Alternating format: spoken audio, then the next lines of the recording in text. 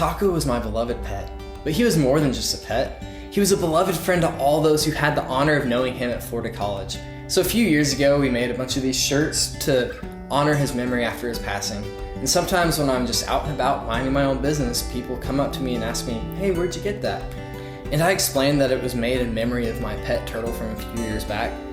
But I often think about Taco and the impact that he had on people's lives.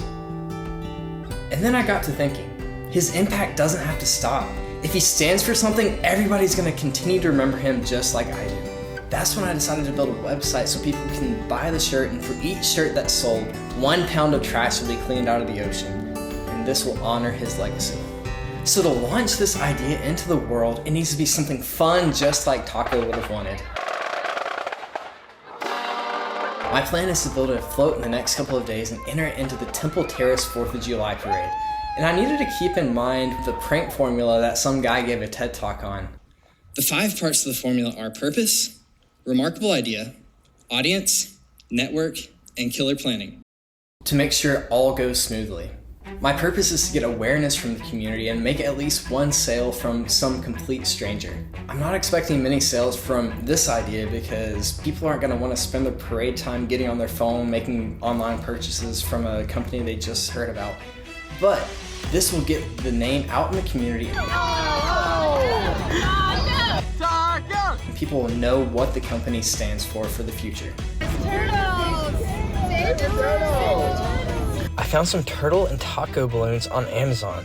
The day before the parade, I took them into Publix to get them filled, and they looked even better than the pictures. So I was thankful Amazon didn't catfish me or turtle fish me or cat turtle me or whichever it is. It was a struggle to carry all those balloons out by myself, so I was thinking the only way from here is up. And boy was I right. One of the strings the balloonist had attached came loose and my turtle tried to meet Taco in heaven, but he got stopped by the Publix ceiling.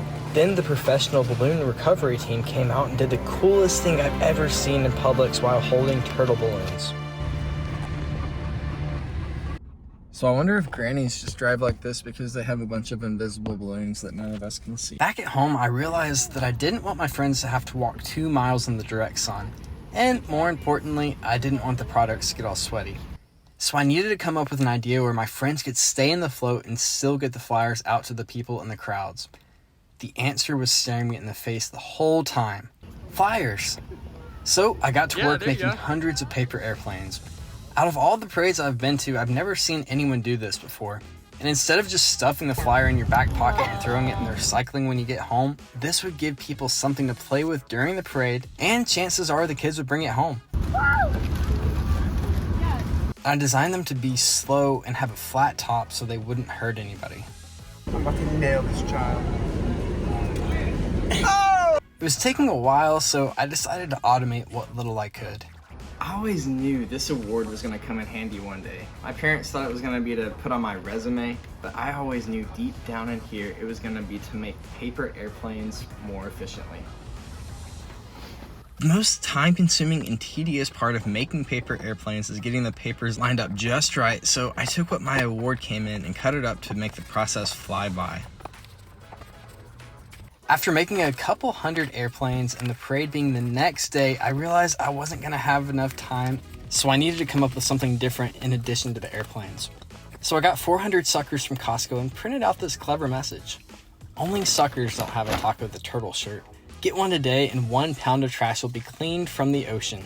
I printed them out and attached them onto the suckers, but it was still getting too late. Plus, I still hadn't figured out how I was going to attach the posters to the truck yet. Thankfully, Noe texted me and asked if I needed some help, and she came over to help knock out the rest of the suckers. The next day was game time. I arrived at the parade about an hour before so I could finally test out my vision of what the float would look like. My friends came and we finished putting together our float featuring the giant turtle and taco balloons, our shirts, suckers, and of course the flyers.